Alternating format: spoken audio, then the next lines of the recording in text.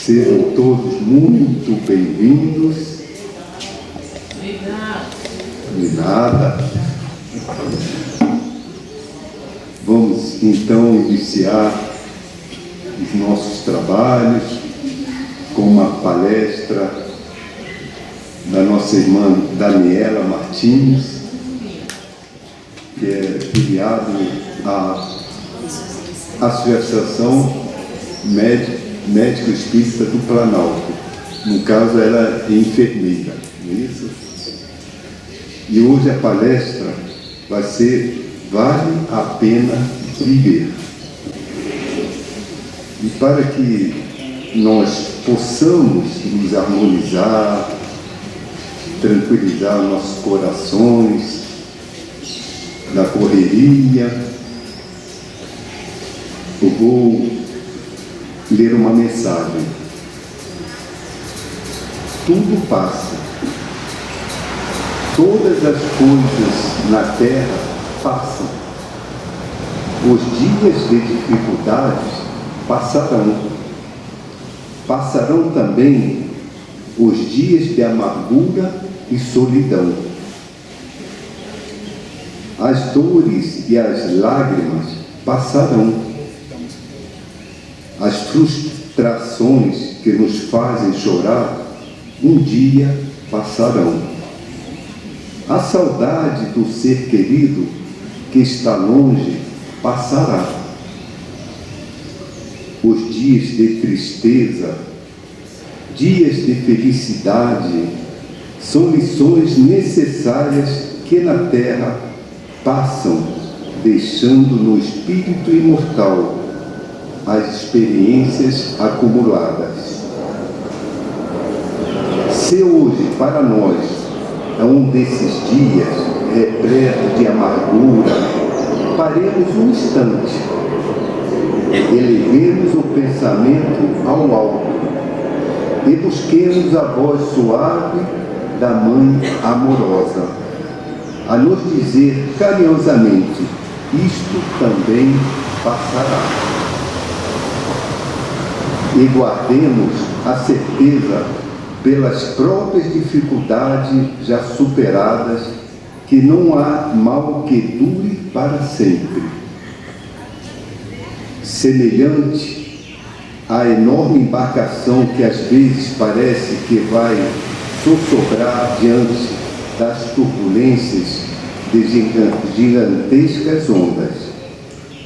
Mas isso também passará, porque Jesus está no leme dessa nau e segue com o olhar sereno de quem guarda a certeza de que a agitação faz parte do roteiro evolutivo da humanidade e que um dia também passará. Ele sabe que a Terra chegará a porto seguro, porque essa é a sua destinação.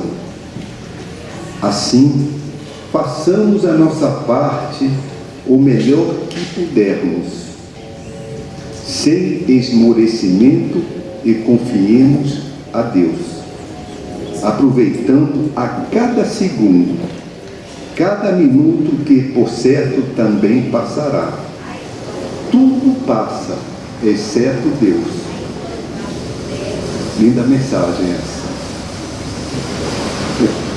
Eu sei que é do Chico Xavier, mas não sei se foi ele que psicografou, se ele que fez. Mas, pelo menos, Chico Xavier está aqui nessa mensagem. Então, após essa leitura, podemos fechar nossos olhos gentilmente e levarmos o pensamento a Deus, a Jesus, a Francisco de Assis, o mentor dessa casa. Obrigado, Jesus, por essa linda oportunidade de estarmos aqui reunidos em seu nome para podermos aprender mais um pouquinho do teu Evangelho, das tuas mensagens através da nossa irmã, a fim de que possamos aprender e desta forma, Senhor, colocar em nossa mente e em nosso coração todo o aprendizado, a fim de que tenhamos força, coragem para superar a nós mesmos. Que possa, Senhor, aos pouquinhos, nosso orgulho, nossa vaidade, os nossos vícios, possam ser dominados, a fim de que possamos cada vez mais te servir, Senhor, através do nosso próximo. E assim, Senhor, em louvor a Deus, vamos todos juntos, num só pensamento, elevarmos a prece que Jesus nos ensinou. Pai nosso que estais no céu, santificado seja o vosso nome. Venha a nós o teu reino. Seja feita a tua vontade, assim na terra como no céu. O pão nosso de cada dia dá-nos hoje. Perdoai as nossas ofensas, assim como nós perdoamos aqueles que nos têm ofendido. Não deixeis, Senhor, cair quando em tentações, mas livrai-nos de todos os males. Em teu nome, Jesus, em nome de Francisco de Assis, e acima de tudo, em nome de Deus, damos por iniciado mais um trabalho desta manhã. Graças a Deus. Então, iremos agora passar o microfone para a nossa irmã Daniela.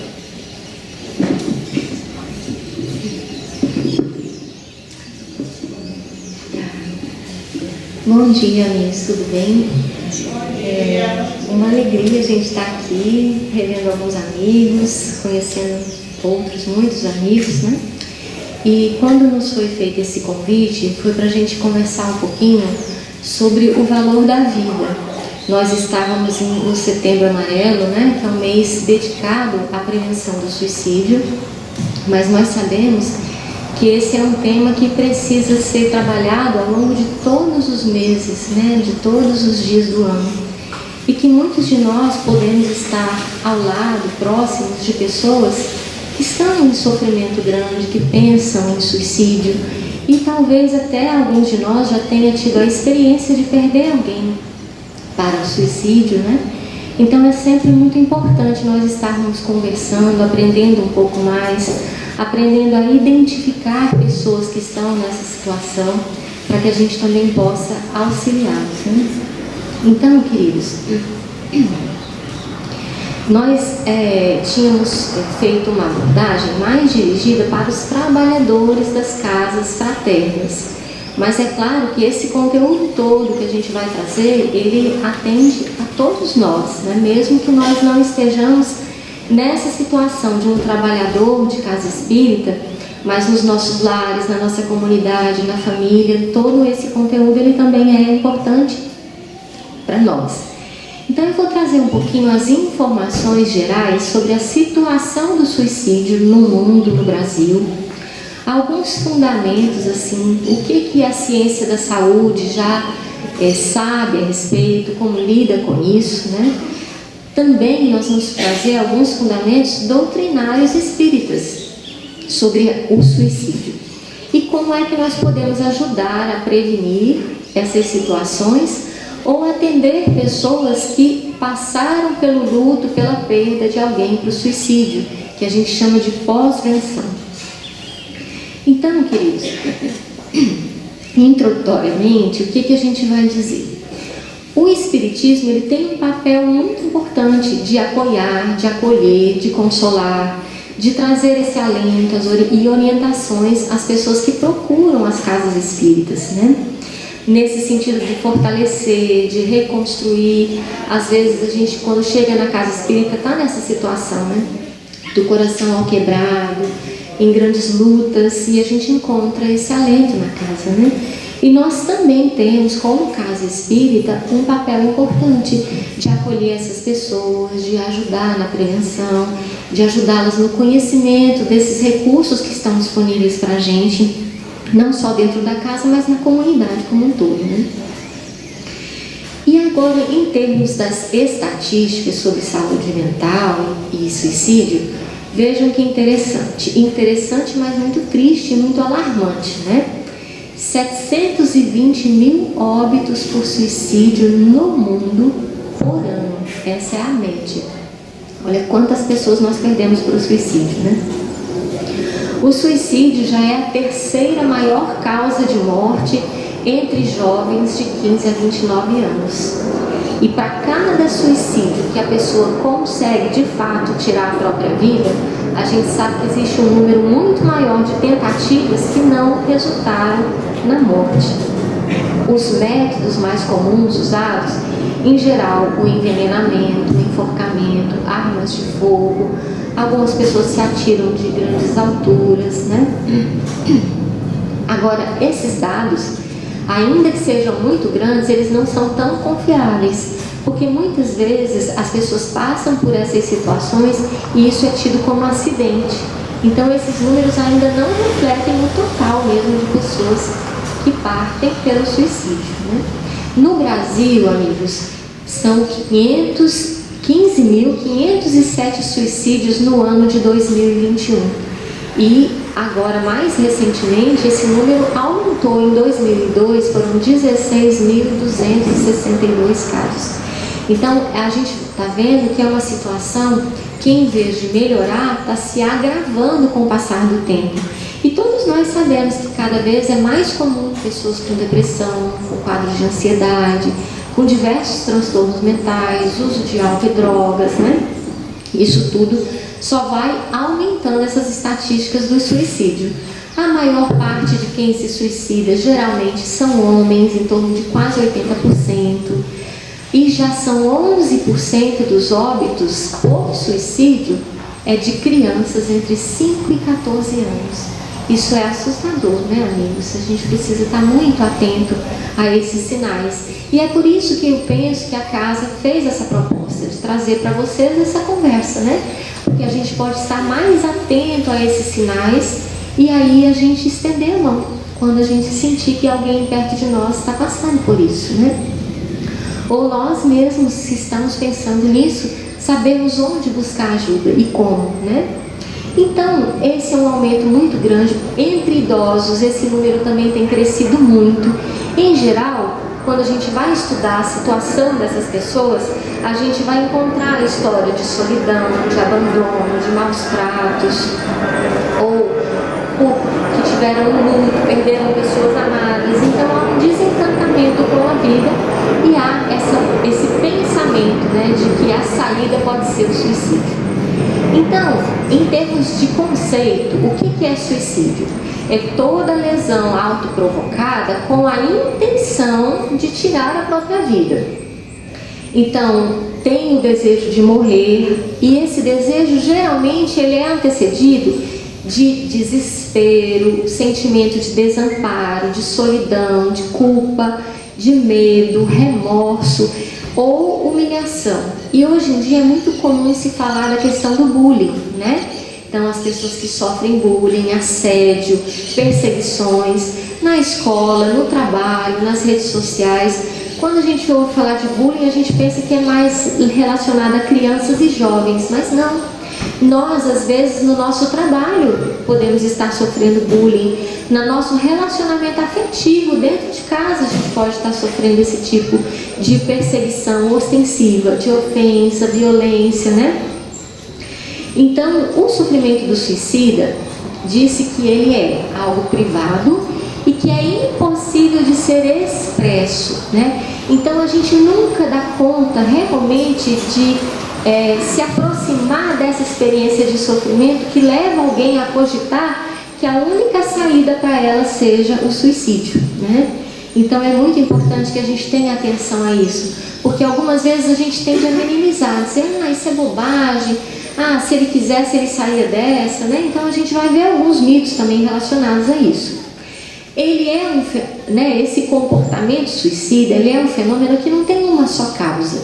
Então, às vezes, a pessoa teve um grande desgosto, mas se você vai olhar na história dela, tem outros fatores também que contribuem para esse sofrimento intenso, né? Então, geralmente existe o que a gente chama de ambivalência afetiva, que é assim, eu penso que a minha única saída é morrer, mas eu não gostaria de morrer. Então, o que a gente diz que quando a pessoa pensa no suicídio como uma saída, na verdade o que ela quer é acabar com o sofrimento, mas ela não vê um outro jeito que não seja tirar a própria vida, principalmente quando a pessoa não tem essa noção de espiritualidade que nós temos, essa ideia de que a vida é imortal, que nós vivemos múltiplas existências, né? E que quando ela desencarnar, esse sofrimento vai seguir com ela, e ainda aumentado, né, pela dor de saber o que fez, né? Então, no Brasil, todo caso de suicídio que chega nos hospitais, ele é um agravo que a gente chama de notificação compulsória. O serviço de saúde é obrigado a notificar, por isso existe uma, talvez, segurança maior de que esses dados estatísticos no Brasil sejam mais seguros do que talvez em outros lugares onde não existe essa obrigatoriedade de notificar. O que a gente chama de comportamento suicida? É a ideia do suicídio, é o planejamento do suicídio e algumas vezes a tentativa. Então esse é o comportamento. Algumas pessoas estão só na ideia, outros já planejando e outros já tentando.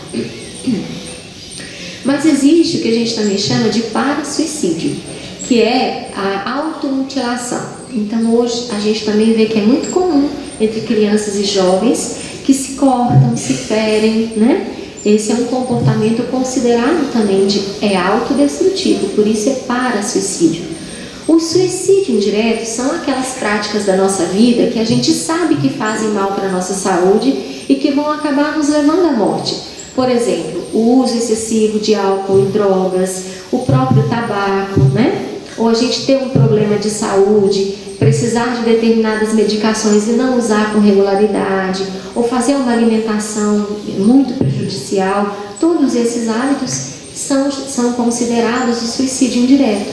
Ou então você arriscar a própria vida em muitos momentos sabendo que isso pode te levar à morte, né? E a gente vai lembrar de André Luiz em Nosso Lar, quem já leu a obra ou já viu o filme, que quando ele chegou lá em Nosso Lar, ele foi considerado um suicida. Vocês se lembram disso? Por causa dos hábitos de vida que ele tinha, né? Com o álcool, o estresse, a alimentação dele. E aí a gente tem em alguns países que a gente chama de suicídio assistido. A pessoa decidiu morrer, ela está enfrentando às vezes alguma doença grave que não tem cura e tal. Eles autorizam legalmente o suicídio e ele é feito de forma assistida, às vezes um profissional na casa ou mesmo numa instituição de saúde, o que nós espíritas sabemos que é bem complicado. Assim como a eutanásia, que é a pessoa estar fora de possibilidade terapêutica, hospitalizada e se decidir por aplicar uma injeção letal, por exemplo, e abreviar a vida, né? Então isso também é um grande problema. Então, queridos, o importante é que ele é um problema evitável se nós tivermos intervenções adequadas, oportunas, né? É considerado um grave problema de saúde pública, por isso, desde a Organização Mundial de Saúde, pensa em políticas, em propostas que são dirigidas aos outros países, e nós, no Brasil, nós temos a Política Nacional de Prevenção à Automutilação e ao Suicídio. Isso é trabalhado nas escolas, essa campanha mesmo do Setembro Amarelo faz parte dessa política, né? Nos hospitais, nos centros de saúde, todos eles estão trabalhando de alguma maneira para identificar esses casos e poder atender. Agora eu vou falar algo muito importante, que são os mitos relacionados ao suicídio. Então, algumas vezes, talvez a gente já tenha ouvido falar.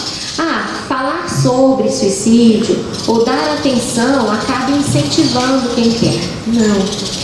Quando a gente está vendo alguém em sofrimento, é importante que a gente chegue, pergunte, busque saber, acolha, dê esse espaço de escuta. A gente vai falar sobre isso. Outro mito é, quem fica falando não faz, ou quem quer fazer não fala. Não é assim. Geralmente a pessoa dá dicas, ela dá indiretas, ela não tem a coragem de falar diretamente, mas ela está falando nas entrelinhas. Por isso é tão importante a gente ter atenção. Talvez se nós já estivéssemos mais atentos em outros momentos, a gente poderia ter evitado muitas mortes, né? De pessoas próximas da gente. Então, outro mito é dizer, não, quem quer fazer consegue. Se ele não conseguir é porque ele realmente não queria, só queria chamar a atenção, né? Ou algumas vezes a gente se revolta com as pessoas que têm esse tipo de atitude e diz, então se mata de uma vez, não fica falando não, vai e se mata. Às vezes é só a última forcinha que a pessoa precisava para ir ali adiante e cometer o suicídio. Então é algo que a gente não deve jamais dizer, né? Outros dizem, se matar é um ato de coragem. Outros dizem, não, se matar é um ato de covardia. Amigos, nem é covardia e nem é coragem. É um sofrimento tão absurdo e tão intenso que a única saída que a pessoa enxerga é tirar a própria vida. Isso é muito sério. E a gente não pode minimizar. A gente não pode, porque a dor de cada um só a gente que sabe, não é? Não tem um ditado? Cada um é que sabe onde o nosso calo aperta, né? Isso é verdade. Imagina uma dor tão grande que a ideia fixa da pessoa é, para mim só tem uma saída, eu vou me matar. Então a gente não pode subestimar nunca esse tipo de sentimento, né? Outros, às vezes a gente ouve a história da pessoa, uma história de vida muito difícil, né? E pensa assim, nossa, mas no seu lugar eu também ia querer me matar, né? Veja, se a gente disser uma coisa assim, a gente está reforçando. Alguém que já está tão vulnerável, já está tão fragilizado, já está tão sofrido, às vezes uma palavra mal colocada é a gota d'água, né? Para transbordar esse copo e a pessoa tomar essa atitude. Ou diz assim, não, a pessoa parou de falar, ela não vai mais fazer. Não. Às vezes, quando a pessoa para de falar, é que ela está mais decidida. Então, a gente tem que ficar atento, né? Ou diz, já melhorou, não vai mais tentar. Não. Às vezes, quando a pessoa está numa depressão profunda, é quando ela começa a melhorar na depressão, que ela vai encontrar mais força em si para ir lá e cometer o suicídio. Então, a gente precisa sempre estar muito atento, principalmente a quem tem história de transtornos mentais, de sofrimentos mentais, né? Ou alguns dizem assim, não vai fazer não, não é doido. Não, nem a maioria das pessoas que cometem suicídio não tinha também histórias, né, de transtorno, algum problema.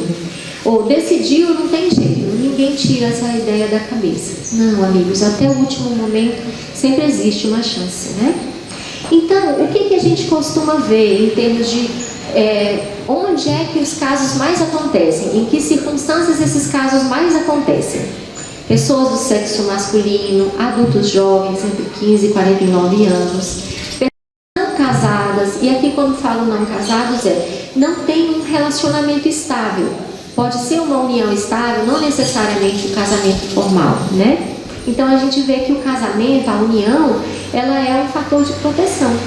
Grupos minoritários, étnicos, então a gente vê que está crescendo muito entre os indígenas, o suicídio, né? Grupos LGBT, esses grupos então minoritários, algumas religiões possuem também um número maior de suicídios, e os ateus, os protestantes, católicos e judeus, então a gente vê que algumas religiões, como o espiritismo, também são um fator de proteção, né? Dentro dos fatores psicológicos, a gente tem histórico de transtornos mentais e os 4Ds. Essas 4 palavrinhas, geralmente elas andam juntas em termos dos sentimentos, dos afetos que tomam alguém que está nessa situação de suicídio, que é a depressão, o desespero, a desesperança e essa sensação de desamparo. E quando a gente fala do desamparo, às vezes a pessoa está rodeada de familiares e de amigos, mas o sentimento dela é de que ela está desamparada, de que ela está sozinha, né? Então não é estar rodeado de pessoas que minimiza isso. É uma vivência interna e não necessariamente reflete o que a gente pode perceber externamente. Pessoas com ansiedade intensa, né, com muita impulsividade, tomar atitudes impensadas. Pessoas que passaram por situação de vergonha, humilhação, baixa autoestima, e pessoas perfeccionistas demais, pessoas muito inflexíveis no seu modo de pensar, de sentir as coisas. Porque quando põe essa ideia na cabeça é mais difícil de demover, né, de mudar, de retirar. Bem, do ponto de vista dos aspectos mais psicossociais, que a gente chama, ter já tentado antes aumenta o risco, ter histórico de violência, de abuso, ter sido vítima, né, de abuso ou violência, seja na infância, na adolescência, ter um lar instável, não ter uma rede de apoio muito definida, né? Às vezes você está num lar muito desestruturado, muito disfuncional, muito cheio de conflito. Isso a gente chama de uma rede de apoio instável ou até a ausência de uma rede de apoio. Pessoas que estão dadas ao isolamento social, ou quando a gente passa por situações muito estressantes, perdas de pessoas amadas, situações traumáticas, separações, perdas às vezes financeiras grandes, né? Então tudo isso podem ser fatores de risco para o suicídio. Ter acesso aos meios letais, ou você ter uma arma de fogo em casa, ou você ter, por exemplo, você está num meio rural, ter acesso àqueles agrotóxicos, né? Os venenos para poder fazer uso. Pessoas que têm doenças incapacitantes, que às vezes geram estigma, ou que são muito dolorosas, ou que não existe mais possibilidade terapêutica, ela sabe que ela vai morrer a qualquer momento, ela pode pensar no suicídio como uma maneira de abreviar aquele seu sofrimento. Pessoas em situações de confusão mental, né? Então, pode ser provocado por substâncias, por isso essas situações de grave alcoolismo, né? Ou mesmo da intoxicação alcoólica, em que a pessoa perde completamente a crítica, o juízo, né? E aí ela pode, nesses momentos, ter atitude impulsiva. Não aderir a tratamentos, principalmente quando tem algum sofrimento mental e quando também não consegue estabelecer uma relação terapêutica forte nos seus serviços, por exemplo, de saúde mental, né? Bom, amigos, mas existem também os fatores de proteção. Então, você ser uma pessoa flexível, que consegue pensar em várias alternativas, que é criativa, né? Ter abertura, ter disposição para buscar ajuda, a habilidade de comunicação com as pessoas para resolver problemas ou realmente para falar de si mesmo, expressar algum momento de fragilidade, de sofrimento, ter uma rede familiar e social que seja consistente, que dê apoio. Pessoas que têm bons valores morais, né? Que têm crenças fortes, que respeitam normas sociais, em geral elas também, isso é um fator de proteção. Ter emprego, trabalho, ocupação, dedicar-se a interesses próprios, diversos. Então, vejam, uma dona de casa que cuida da sua família, dos seus filhos, que tem ali o seu trabalho também manual, de arte, cada um de nós, a música, então que se dedica às coisas que gosta, que faz um exercício físico, uma caminhada, contato com a natureza, todas essas coisas onde a gente deposita a nossa energia de vida, o nosso interesse, são fatores de proteção para a gente, né? A religiosidade, a espiritualidade são fatores de proteção. Ter acesso a serviços de saúde mental, e a gente vai ver a quem procurar. Estar grávida ou ter tido bebê recentemente, ter crianças sob a sua responsabilidade, geralmente são fatores de proteção, porque a pessoa pensa duas vezes, né? Não sou só eu mais, tem mais alguém a quem eu devo meu cuidado, meu zelo, né? Ter um sono regular. Então vejam, amigos, uma insônia crônica pode nos levar a um estado de estresse tão grande que traz transtorno mental, e o transtorno mental traz consigo a possibilidade da ideação suicida, e ter boa relação terapêutica. Então vamos falar um pouquinho agora, amigos, dos sinais de alerta. O que precisamos ter atenção, né? Quando a pessoa começa a demonstrar preocupação com a própria morte, começa a demonstrar uma grande desesperança em relação à vida, um desalento, quando começa a aparecer ou se agravar problemas de conduta. Às vezes a pessoa era tranquila, começa a ficar encrenqueira, começa a arrumar confusão, começa a se acidentar todo o tempo. Então é algo que chama a nossa atenção, alguma coisa não está legal aqui. Pessoas que começam a se isolar, que cancelam ou abandonam atividades costumeiras, então deixa de ir para a escola, abandona o trabalho, começa a se isolar dentro de casa, reduz o uso das redes sociais e até às vezes cancela as suas redes sociais, sinais de alerta para nós, né? Começa a evitar lugares e pessoas, e começa a expressar mesmo verbalmente ideias ou intenção de suicídio. Então algumas vezes a gente pode ouvir: eu queria dormir e não acordar mais. Ou, eu vou deixar você em paz, logo logo você não vai mais precisar se preocupar comigo, eu vou desaparecer, vocês vão ver.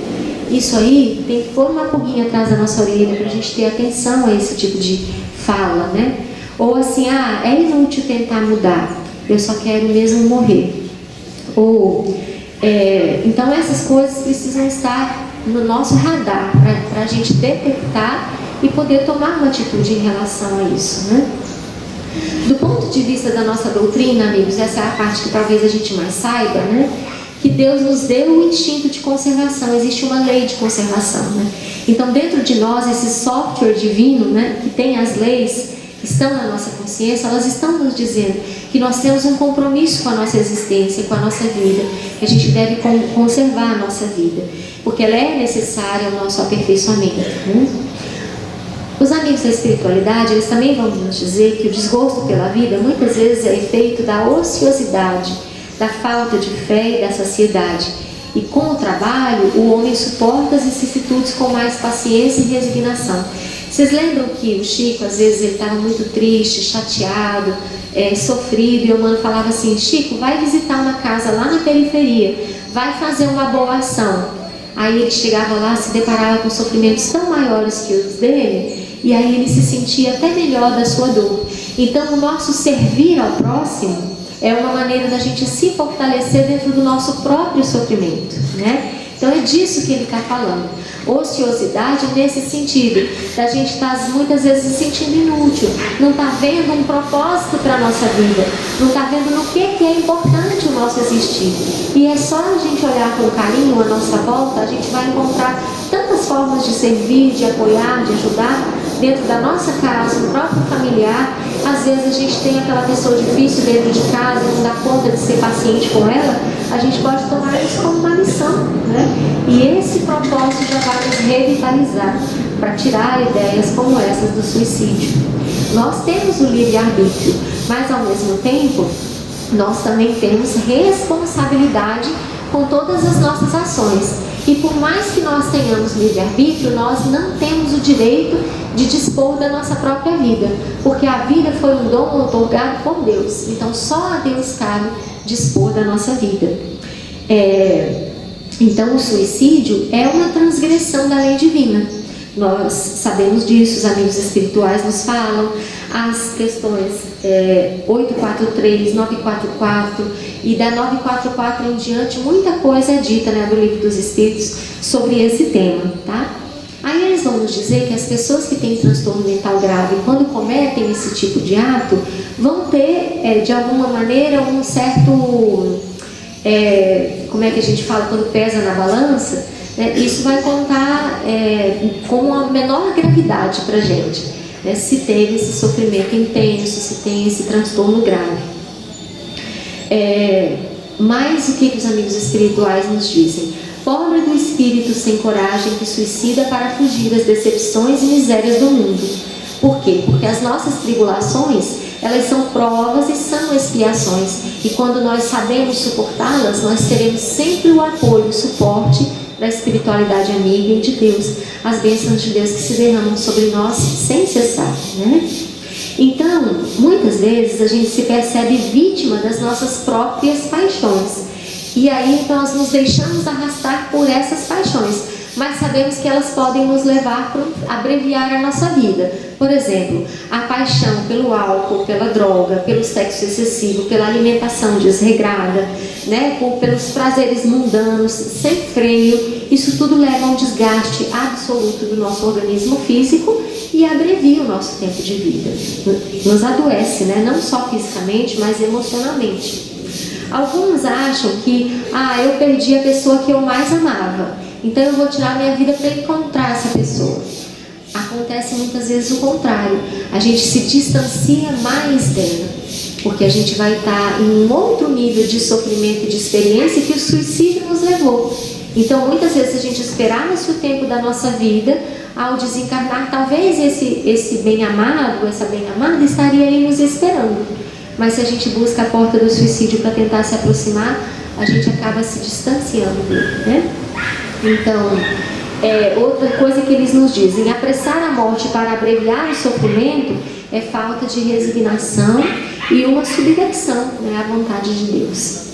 Bem, e outra coisa, a gente achar que também pode se matar para chegar mais rápido à vida melhor, à vida espiritual, para ter os gostos que a gente acredita que o mundo espiritual vai nos trazer. Isso também é um equívoco, porque a gente sabe que cada um de nós vai encontrar após a morte do corpo físico, né, aquele ambiente vibracional, energético, psíquico, de acordo com os nossos atos, de acordo com aquilo que a gente está carregando.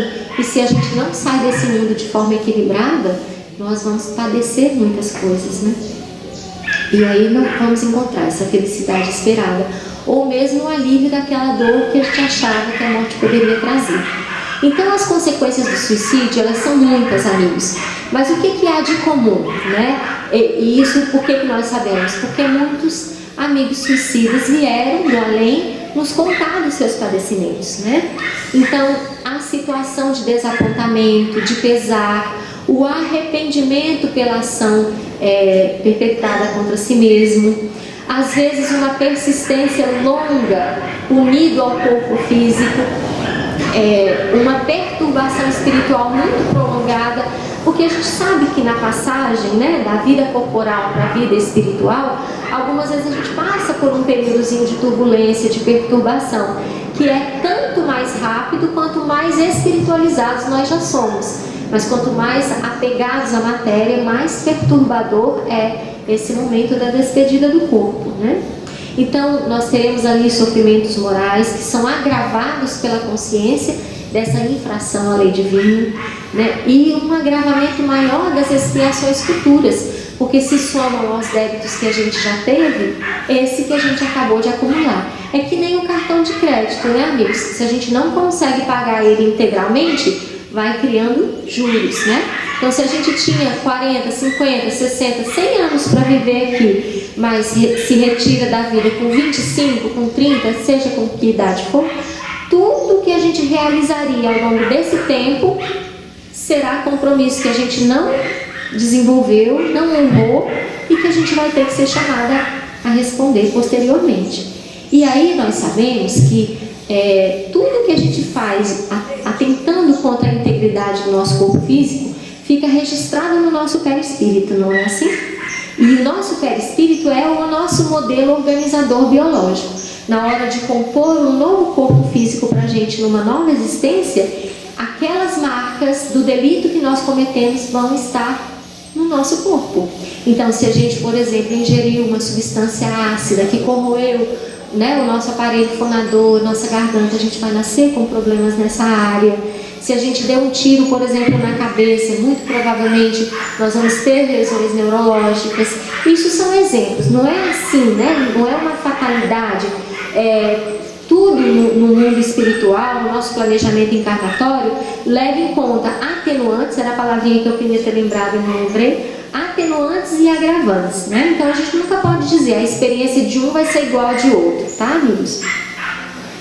E como é que a gente pode ajudar, amigos? Então aqui é importante a gente, por exemplo, limitar acesso aos meios, por exemplo, pesticidas, armas, medicamentos. Então, se a gente tem em casa alguém que faz uso de medicamentos psicotrópicos, por exemplo, que a gente sabe que se tomar em grande quantidade aquilo pode provocar a morte, e a pessoa está com ideação suicida, está num grau de sofrimento intenso, a gente tem que guardar, tem que controlar esse medicamento, não pode deixar ali exposto para que a pessoa pegue e veja naquilo uma oportunidade de tirar a própria vida, né? Multiplicar as informações como nós estamos fazendo aqui. Vocês podem agora passar isso adiante, né? Informando outras pessoas sobre isso. Os meios de comunicação têm que fazer isso também de uma forma responsável, sem incitar, né? Porque algumas vezes a gente vê uns filmes que parece que estão incentivando a gente a fazer esse tipo de coisa. E hoje, infelizmente, a gente sabe que as redes sociais, elas são uma ferramenta muito boa para o bem, mas também muito boa para o mal. E existem sim, amigos, lamentavelmente, sites, canais e redes que ensinam as pessoas a tirar a própria vida, que incentivam os jovens, que fazem jogos macabros, que levam crianças e jovens e mesmo adultos, enfim, a suicidarem. Então a gente também tem que ter muita atenção com o que os nossos familiares estão acessando nas redes sociais, principalmente as crianças e os jovens que são mais vulneráveis, mais suscetíveis a esse tipo de ideias, né? Então, promover habilidades socioemocionais nas pessoas, então fortalecer os nossos jovens, criar autoestima, autoconfiança, né? Permitir que eles se sintam capazes, fortes, oferecer espaço para que eles encontrem as suas próprias capacidades, habilidades e encontrem o seu propósito. Isso é segurança para a gente, né? E garantia aos serviços de saúde, unidades básicas de saúde, os centros de atenção psicossocial. Toda comunidade tem um CAPS. A gente pode buscar o CAPS, pode buscar a unidade básica de saúde, postinho, se a gente está numa situação de sofrimento, levar um familiar nosso lá. Dali ele pode ser encaminhado para um serviço especializado em saúde mental. As unidades de pronto atendimento, o serviço de atendimento móvel de urgência, se a gente estiver diante de uma pessoa que está numa situação de crise, né? E tem o CVV, amigos, o Centro de Valorização da Vida, cujo telefone 188 atende 24 horas por dia, 7 dias por semana. Sempre vai ter alguém ali para nos acolher, para nos escutar, e a gente deve divulgar isso, né? Clínicas, escolas, organizações não governamentais. Então, às vezes a gente está numa situação muito triste, sofrendo bastante, não dá conta de falar para ninguém. A gente pode procurar uma clínica escola. Toda a faculdade de psicologia tem um ambulatório de psicologia dos estudantes que atendem a gente gratuitamente. Tem clínicas que são clínicas populares, que às vezes cobram um valor muito irrisório para a gente poder começar uma terapia, né? E os próprios serviços públicos também. Então, amigos, nós sabemos que o Espiritismo, ele consola, ele sustenta, ele semeia confiança.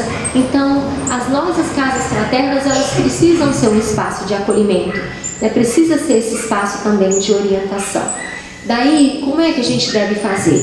Encontrar um ambiente adequado para conversar com essas pessoas, que garanta a privacidade, isso na casa espírita e às vezes na nossa comunidade, no nosso lar, né? A gente chamar a pessoa num cantinho, olha, o que está acontecendo? A gente vai ver que tipo de pergunta a gente pode fazer. Estar ali realmente presente, escutando atentamente. Não é a pessoa falando e a gente mexendo no celular, né? Mas olho no olho, com carinho, demonstrando que a gente se importa, que a gente quer realmente conhecer essa dor, que a gente quer realmente ajudar. E hoje isso falta tanto, gente. As pessoas estão do nosso lado e são invisíveis para a gente. A gente está com todo mundo aqui, menos com as pessoas que estão presencialmente conosco, não é assim? E os nossos filhos hoje, as crianças, eles estão sofrendo muito isso. Olha, eu já vejo pais no parquinho, mexendo no celular, as crianças gritando para mostrar uma brincadeirinha, para mostrar uma coisa que aprendeu, os pais hipnotizados ali por aqueles aparelhos e não prestam mais atenção nos seus filhos, né? Então, estabelecer esse vínculo é algo importante, não interromper a fala, não se chocar com o que a pessoa nos diz, estimular o diálogo. E aí vai uma sugestão para vocês de perguntas que a gente pode fazer. Você quer conversar? Como é que você está se sentindo, amigo? Você faz planos para o futuro? Porque vejam, pessoas que estão pensando em se matar não fazem planos para o futuro, a não ser o de se matar, né? Você pensa em morrer? Você já pensou em suicídio? Você já planejou? Você tem meios para realizar isso? Cada uma dessas coisas denota um grau maior de risco. Se já pensou, se já planejou, se tem meios, né? Vai aumentando o grau de risco. Você vê outras possibilidades além da morte? Você encontra alguma razão para viver? Como é que eu posso te ajudar? Essa pergunta é muito importante, né? Quem mais pode te ajudar? Eu posso buscar alguém para te ajudar? Você quer que eu fale com alguém? Então são coisas importantes. Bem, amigos, não julgar, não banalizar o que a pessoa está dizendo, não minimizar a dor do outro. Isso é frescura. Quantas pessoas com depressão já ouviram? Vai pegar uma trouxa de roupa para lavar que você sai dessa depressão. Não é assim, amigos, é uma doença, é muito sério. A pessoa está numa luta muito grande contra esse sofrimento, né? Então a gente não pode minimizar. Não trazer informações alarmistas, nós que somos espíritos, dizendo: ah, mas se você suicidar, você vai para o vale do suicida, lá você vai sofrer perseguição, obsessão. Isso não vai ajudar quem está em sofrimento, né, amigos? Então a gente tem que ser cuidadoso com as palavras, oferecer consolo, oferecer esclarecimento, não fazer diagnóstico médico, dizer: ah, você está com depressão. Não, não é o nosso papel, mas oferecer a mão amiga. Como posso ajudar, né? Avaliar esse grau de risco, de preferência orientar que a pessoa busque profissionais para ajudá-la também, porque a gente vai ter os recursos da casa espírita, da religiosidade, da espiritualidade, seja qual for a religião dessa pessoa, a sua comunidade religiosa, mas a gente precisa também falar dos serviços de saúde mental que podem apoiar. Às vezes a pessoa precisa de um medicamento para sair daquele momento mais difícil, né? Bem, em situação de crise, deixar a pessoa sozinha, pedir apoio de outros amigos. Se nós estamos aqui na casa espírita no meio de um atendimento fraterno, aí a gente pode sim, se a gente vê que a pessoa está em risco, se ela sai, ela fala assim: eu vou sair daqui e vou me matar, você tem que quebrar o sigilo desse atendimento, você tem que chamar a família para ajudar você nessa intervenção. Algumas vezes a gente tem que chamar o SAMU para levar essa pessoa para um serviço de saúde mental. E aí sim, contactar a família, o SAMU, atender, acolher também os familiares, conversar, né? Agora, quando acontece, amigos, lamentavelmente nós perdemos alguém, nós também vamos ser procurados na casa espírita por aqueles que estão sofrendo luto, da perda de alguém pelo suicídio. É o que a gente chama de pós-venção. Como fazer? As mesmas coisas. Oferecer o apoio emocional, orientar. Algumas casas oferecem grupos de apoio, né? Grupos de prece, grupos de irradiação específico para os suicídios, colocar o nome das pessoas que estão com comportamento suicida nos grupos de prece, de irradiação, o nome da família que perdeu alguém nessa situação. Nós sabemos que a prece ela é poderosíssima, né, amigos? E aí, já finalizando as reflexões, nós trouxemos muitas informações para vocês, técnicas e também doutrinárias. A gente lembrar que por mais pequenininha que seja a nossa chama, né, nós somos uma centelha de luz divina. E Jesus nos disse, né, resplandeça a vossa luz. Né? E Ele disse também, diante de todos os homens, para que vejam as vossas boas obras e glorifiquem o vosso Pai que está nos céus. Então, não nos esqueçamos que nós sempre podemos fazer algo de bom por alguém. Começando por nós mesmos, se estamos em sofrimento, saber buscar ajuda para nós, né? Não nos entregarmos a essa ideia do suicídio. E quando vemos alguém assim, estender o nosso amor, a nossa atenção, o nosso apoio e buscar intervir, então, de todas as formas que estejam a nosso alcance. E quando a gente não souber o que fazer, buscar a ajuda de quem sabe. Então, nós mesmos podemos nos dirigir ao serviço de saúde mental ou vir à casa espírita buscar também essa orientação com os nossos amigos do atendimento fraterno, né? Então, amigos, espero que isso tenha ajudado vocês e que não nos esqueçamos que nós somos também luz, né? E aí que Jesus nos abençoe. Eu devolvo a palavra.